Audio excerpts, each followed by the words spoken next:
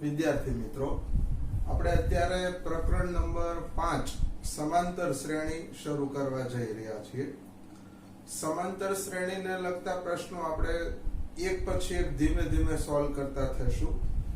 અગાઉ આપણે આ પ્રકારનું પ્રકરણ ભણ્યા નથી, એટલે આપણી માટે આ તદ્દન નવું પ્રકરણ છે. એટલે અત્યારે તમે જેટલું ધ્યાન રાખશો એટલી ઝડપથી તમને આ પ્રકરણ, આ શ્રેણી, સમાંતર શ્રેણી પ્રકરણ સરસ રીતે આવડતું જશે. આપણે થોડીક સંખ્યાઓનો એક હું સમૂહ મૂકતો જાઉં છું. એની ઉપરથી આપણે સૌથી પહેલું કામ સમાંતર શ્રેણી હોવા માટેની શરતો તમને ક્લિયર કરાવી છે. એટલે તમે જ્યારે કોઈ શ્રેણી મૂકવામાં આવે ત્યારે સૌથી પહેલા આ શ્રેણી સમાંતર શ્રેણી છે કે સમાંતર શ્રેણી નથી એ આપણને ઓળખતા આવડી જવું જોઈએ. એટલે પહેલું કામ આપણે અત્યારે સમાંતર શ્રેણી છે કે નહીં, અથવા આપણે સમાંતર શ્રેણી હોવા માટે શું શરતો હોઈ શકે એ આપણે ઉદાહરણ દ્વારા નક્કી કરતા જઈએ. બરાબર? દાખલા તરીકે એક ઉદાહરણ મૂકું છું. નંબર 1.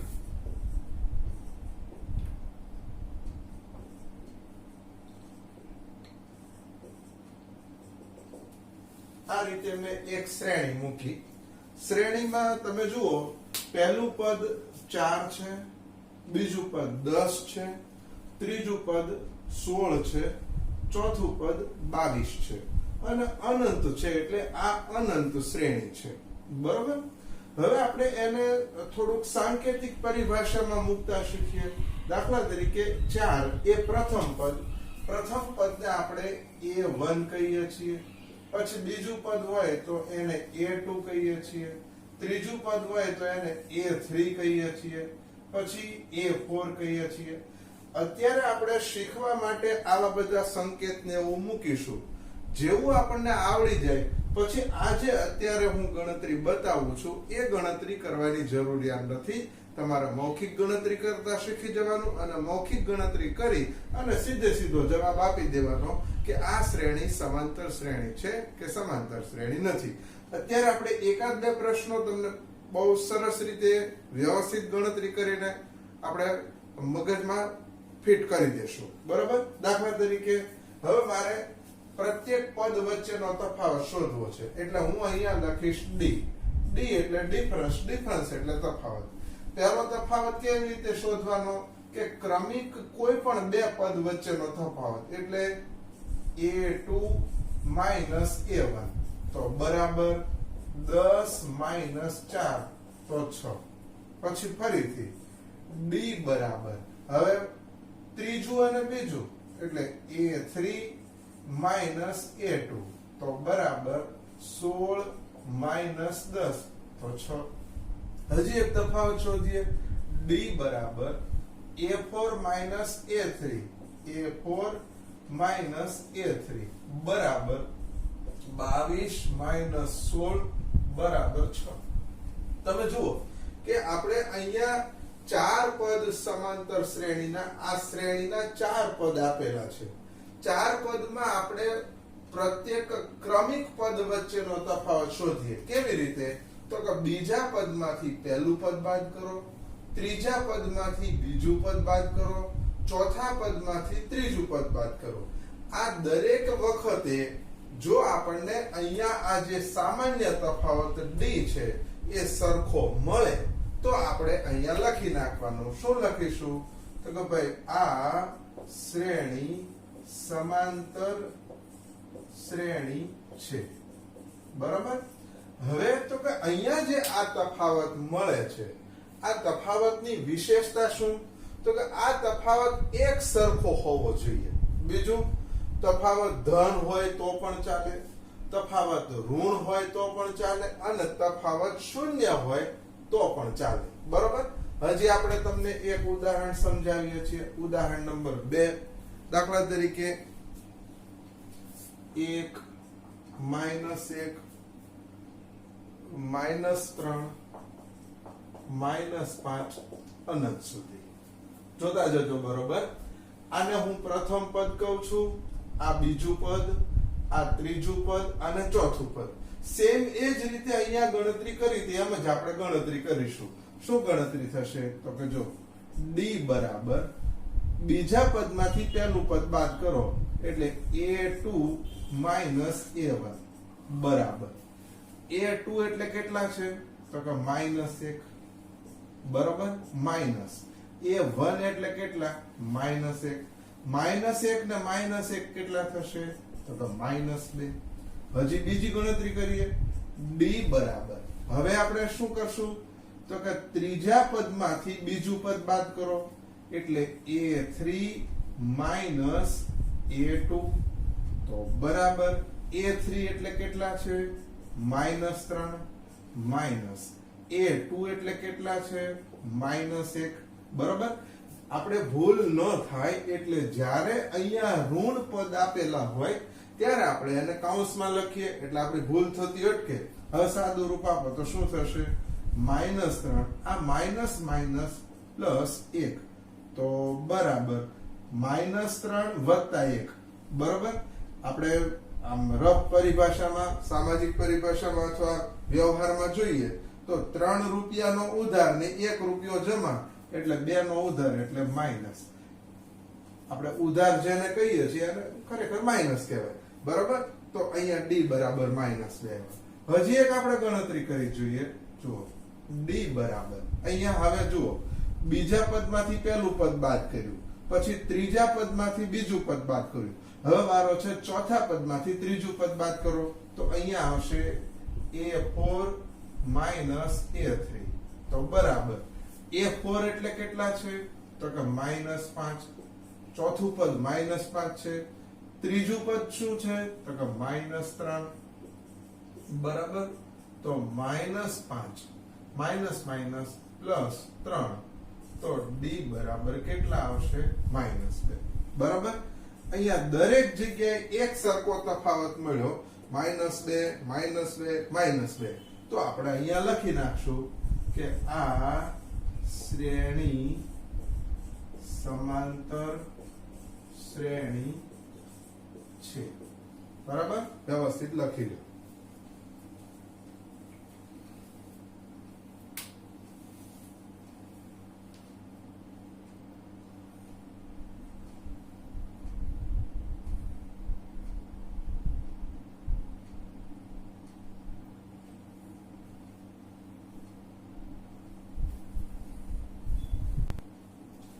આપણે ઉદાહરણ નંબર 3 જોઈએ. હવે આપણે શ્રેણીમાં થોડાક વધારે પદ હોય એ રીતની આપણે એક શ્રેણી જોઈ લઈએ. દાખલા તરીકે આ પ્રથમ પદ બીજું પદ ત્રીજું પદ ચોથું પદ અને પાંચમું પદ કુલ 5 પદ આપણને આપેલા છે. તો આપણે ગણતરી કરશું. જોજો d બરાબર a2 માઈનસ a1 બીજા પદમાંથી પહેલું પદ બાદ કરો તો બરાબર બીજું પદ કેટલા છે 2 માઈનસ પહેલું પદ કેટલું છે તો કે -2 બરાબર 2 માઈનસ માઈનસ પ્લસ એટલે 2 વત્તા 2 બરાબર 4. જુઓ આપણે બીજું પદ અને પહેલા પદનો તફાવત લીધો. હવે ત્રીજા પદમાંથી બીજું પદ બાદ કરીએ. હવે બીજો તફાવત d બરાબર ત્રીજું પદ માઈનસ બીજું પદ. અહીંયા કોઈ પણ બે ક્રમિક પદનો તફાવત આપણે શોધવાનો છે. પહેલાનો અને છેલ્લાનો નહીં, પહેલાનો અને ચોથાનો નહીં, બીજું અને પહેલું, ત્રીજું અને બીજું. આ ત્રીજું અને બીજું લઈએ છીએ તો ત્રીજું પદ કેટલું છે a3 તો કે ભાઈ -2 પછી માઈનસ બીજું પદ કેટલું છે 2 તો -2 અને -2 કેટલા થશે -4 બરાબર. તમે જુઓ પહેલો તફાવત કેટલો મળ્યો 4 બીજો કેટલો મળ્યો -4. અહીંયા તફાવત આપણને જુદો મળ્યો. જેવો તફાવત જુદો મળે એટલે આપણે આગળ ગણતરી કરવાની જરૂરિયાત નથી અને અહીંયા તરત ને તરત આપણે લખી નાખવાનું કે આ શ્રેણી સમાંતર શ્રેણી નથી.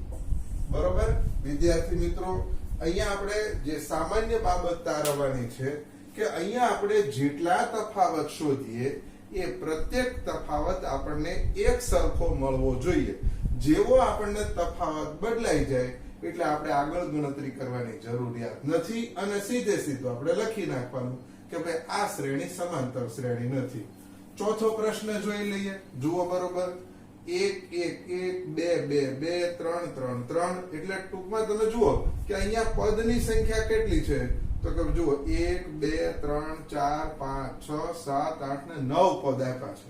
તો આપણે ગણતરી કરી જોઈએ. જુઓ d બરાબર a2 a1, બીજા પદમાંથી પહેલું પદ બાદ કરો તો 1 1, આ બીજું પદ 1 છે, પહેલું પદ 1 છે, તો જવાબ મળ્યો 0. હજી આગળ ગણતરી કરીએ.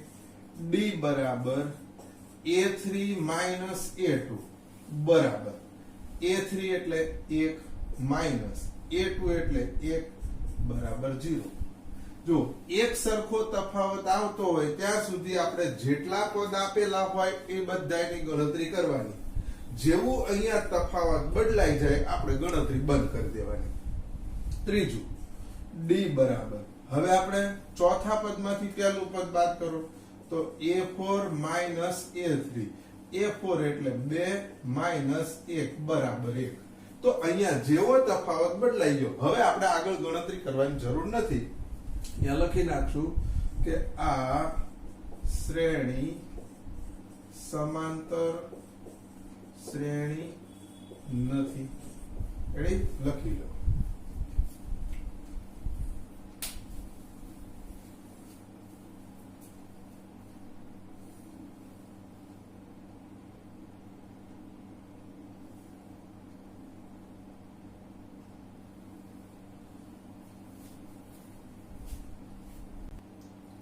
તો આપણે આ ઉદાહરણો જોયા.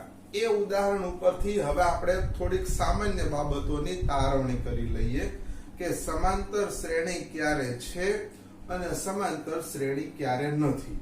પછી આપણે એની પછીનો મુદ્દો શીખવો છે શ્રેણીના બે પ્રકાર. બરોબર, હવે તો કે સમાંતર શ્રેણી ક્યારે છે તો કે આપણે કોઈ પણ શ્રેણીમાં આપેલા કોઈ પણ બે ક્રમિક પદો વચ્ચેનો તફાવત શોધતા જઈએ અને જેટલા શ્રેણીમાં પદ આપ્યા હોય એ દરેકે દરેક પદ માટે આપણે તફાવત શોધી કાઢીએ તો બધા જ તફાવત એક સરખા મળે.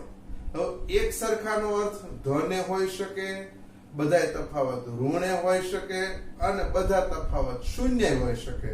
તો આપણે કહેવાનું સમાંતર શ્રેણી છે. પણ જો તફાવત જુદા જુદા આવે તો આપણે સમાંતર શ્રેણી નથી એવું કહી શકીએ. બરાબર, એટલે આપણામાં એક ક્લિયર થઈ જવું જોઈએ. બીજો મુદ્દો કે ભાઈ શ્રેણીના બે પ્રકાર છે. આપણે અહીંયા જે દાખલા ગણીશું 10મા ધોરણમાં એમાં સમાંતર શ્રેણીના બે પ્રકાર છે. એક શાંત સમાંતર શ્રેણી અને બીજી અનંત સમાંતર શ્રેણી. શાંત સમાંતર શ્રેણી કોને કહેવી તો કે જેના પદ નિશ્ચિત હોય. બરોબર, દાખલા તરીકે હું આમ લખું છું. જુઓ કે ભાઈ 5 10 15 20 25 30 આટલું મેં લખી નાખ્યું. તો આવી જે શ્રેણી છે આ શ્રેણીને શાંત સમાંતર શ્રેણી કહે છે. ટૂંકમાં અહીંયા કહેવાનો અર્થ શું છે તો કે શાંત એટલે એના પદોની સંખ્યા નિશ્ચિત હોય, એનું પ્રથમ પદ અને અંતિમ પદ બંને નિશ્ચિત હોય તો એવી શ્રેણીને આપણે શાંત સમાંતર શ્રેણી કહીએ છીએ. પણ આની આ જ બાબતને હું જો આમ લખી નાખું કે ભાઈ 5 10 15 20 25 30 આમ કરીને આમ અનંત સુધી લખ્યું. બરોબર, તો અહીંયા હું લખીશ કે આ અનંત સમાંતર શ્રેણી છે. બરોબર, તો અહીંયા શાંત સમાંતર શ્રેણી અને અનંત સમાંતર શ્રેણી આ બેનો એક જ બાબત આપણે યાદ રાખવાની કે શાંત સમાંતર શ્રેણીમાં પ્રથમ પદ અને અંતિમ પદ નિશ્ચિત હોય છે, જ્યારે અનંત સમાંતર શ્રેણી આપેલી છે એમાં પ્રથમ પદ નિશ્ચિત છે પરંતુ અંતિમ પદ શું હોઈ શકે એની વિશે આપણે કહી શકીએ નહીં. કેમ તો કે અહીંયા અનંત સુધી આ શ્રેણી વિસ્તરેલી છે અને અનંત સુધી આ શ્રેણી વિસ્તરેલી હોય તો એવી શ્રેણીને આપણે અનંત સમાંતર શ્રેણી કહીએ છીએ. હવે આપણે સ્વાધ્યાય 5.1 ના પ્રશ્નો સોલ્વ કરીએ છીએ.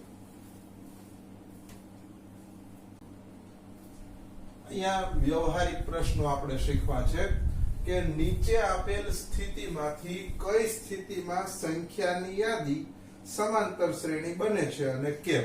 બરોબર. તો એમાં પહેલો પ્રશ્ન આવો છે કે ટેક્સીનું ભાડું પ્રથમ કિલોમીટર માટે ₹15 અને પછીના વધારાના પ્રત્યેક કિલોમીટર માટે ₹8 છે. હવે તમે જુઓ કે આપણે કોઈ ટેક્સીમાં બેસીએ અને 1 જ કિલોમીટર માત્ર ટેક્સી ચાલશે તો ટેક્સીનું ભાડું આપણે કેટલું ચૂકવવું પડે? ₹15. તો અહીંયા હું લખતો જાઉં કે ભાઈ A1 બરાબર 15 એટલે કે પહેલા કિલોમીટર માટે 15 એટલે હવે આપણે શ્રેણી ઊભી કરવી છે તો એનું પહેલું પદ 15 આવે. હવે ધારો કે આપણે જો 1 કિલોમીટર વધુ ચાલીએ, બરોબર, 1 કિલોમીટર વધુ ચાલીએ એટલે પહેલા કિલોમીટરના કેટલા? તો કે 15 વત્તા બીજા કિલોમીટરના કેટલા? તો કે 8. તો 15 વત્તા 8 બરાબર 23. બરાબર. હવે ધારો કે આવું થાય ત્રીજું પદ આપણે કે જો આ માત્ર 1 કિલોમીટર માટે ચાલ્યા તો ₹15. 2 કિલોમીટર ચાલીએ આપણે ટેક્સીમાં 2 કિલોમીટર જઈએ તો પહેલા કિલોમીટરના 15 અને બીજા કિલોમીટરના 8 એટલે 15 વત્તા 8 એટલે 23. હવે જો ધારો કે આપણે 3 કિલોમીટર દૂર જઈએ તો શું થશે? તો કે પહેલા કિલોમીટરના 15, બીજા કિલોમીટરના 8, ત્રીજા કિલોમીટરના 8. તો જવાબ 15 ને 8 23. 23 માં 8 ઉમેરો તો કેટલા થાય? 31. ધારો કે આપણે જો 4 કિલોમીટર સુધી ટેક્સીમાં જઈએ, બરાબર, 4 કિલોમીટર સુધી તો શું થશે? તો કે ભાઈ પહેલા કિલોમીટરના 15, પછી બીજા કિલોમીટરના 8, ત્રીજાના 8, ચોથાના 8 બરાબર 15 ને 8 23, 23 ને 8 31, 31 માં 8 લાગો તો 39. આ રીતે આગળ વધતું જશે. હવે આપણી પાસે આ રીતે પદ વધ્યા તો અહીંયા આપણે શ્રેણી બનાવીએ. તો કે શ્રેણી તો કે પહેલું પદ 15, બીજું પદ 23, ત્રીજું પદ 31, ચોથું પદ 39. હવે આપણે મૌખિક ગણતરી કરતા શીખીએ. જોઈ લેજો મૌખિક ગણતરી કેવી રીતે કરવી કે ભાઈ દરેકે દરેક વખતે તફાવત એક સરખો છે કે નહીં. બરોબર. તમે જુઓ 23 માંથી 15 જાય તો 8, 31 માંથી 23 જાય તો 8, 39 માંથી 31 જાય તો 8. તો અહીંયા જે આ પ્રશ્ન આપણો છે એ પ્રશ્ન સમાંતર શ્રેણી બનાવે છે. એટલે અહીંયા હું લખું સમાંતર શ્રેણી બને છે. બરાબર. હવે અહીંયા આપણે જોઈએ. જુઓ નળાકારમાં રહેલ હવાનું દબાણ હવા કાઢવાના પંપ દ્વારા દર વખતે નળાકારની બાકી રહેલી હવાનો 1/4 ભાગ બહાર કાઢે છે. બરોબર. જોતા રહેજો.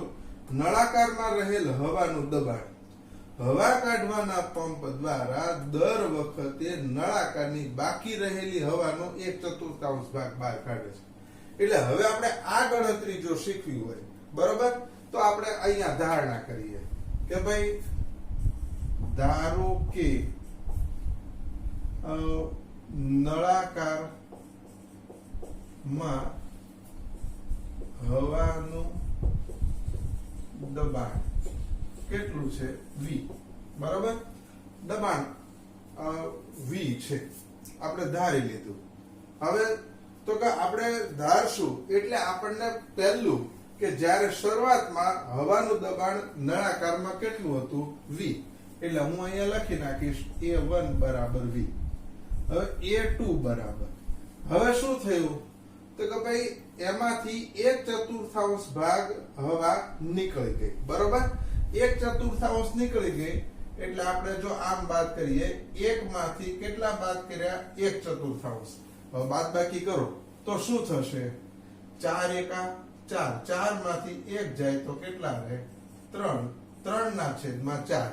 એટલે આપણને બીજું પદ શું મળશે તો કે ભાઈ 3/4 v. બરાબર, જોજો આને આપણે આ બે ની સાથે v જોડી દઈએ, 1v અને આ રીતે.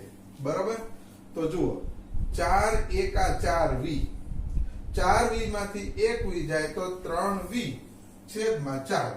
એટલે પહેલું પદ આપણે કેટલું હતું કે ભાઈ v વોલ્યુમ હતું, પછી અહીંયા 3/4. હવે ત્રીજું પદ આપણને આ રીતે મળશે. જોજો શું થશે તો કે દર વખતે આટલું બાદ થાય. હવે નળાકાર માટેનું સૂત્ર તમને ખ્યાલ છે, નળાકારના ઘનફળનું સૂત્ર πr²h, એટલે અહીંયા વર્ગ થતો જશે. એટલે અહીંયા શું થાય 3/4 વર્ગ v. આ રીતે આગળ વધે. આપણે નમૂના રૂપ 3 પદ આપણે તાર્યા. હવે આપણે બાદબાકી વિચારી લો કે 3/4 v માંથી v બાદ કરો. જોઈ લેજો, આપણે બાદબાકી કરીએ. d બરાબર 3/4 v માઈનસ v. તો અહીંયા બાદબાકી કરો તો 4 એકા 4, 3 માંથી 4 જાય તો -1 છેદમાં 4 v. બરાબર, આપણે હજી એક બાદ કરીએ. જોઈ લેજો, આમે કોની બાદબાકી કરી તો કે બીજા પદમાંથી પહેલા પદની. હવે ત્રીજા પદમાંથી બીજું પદ બાદ કરો તો 3/4 v, 3/4 નો વર્ગ v માઈનસ 3/4 v. હવે બાદબાકી કરશો તો 3 નો વર્ગ કેટલો થાય 9, 4 નો વર્ગ કેટલો થાય 16 v માઈનસ 3/4 v. હવે આપણને ખ્યાલ આવી જાય કે અહીંયા આ બે નો તફાવત -1/4 v મળે નહીં. આપણે બાદબાકી કર્યું હોય તો કરી શકીએ. દાખલા તરીકે આ બે ને લસા કેટલો મળશે તો કે 16 મળે તો અહીંયા શું થશે, અહીંયા આપણે 9 ના છેદમાં 16 ને 16 વડે ગુણો એટલે અહીંયા આવશે 9v માઈનસ 4 4 16 અને 4 તેરી 12 માઈનસ 12v. તો જવાબ 9 માંથી 12 જાય તો -3v છેદમાં 16. તો તમે જોઈ શકો છો કે પહેલું પદ આપણને શું મળ્યું -1/4v. બીજો તફાવત આપણને શું મળ્યો -3v/16.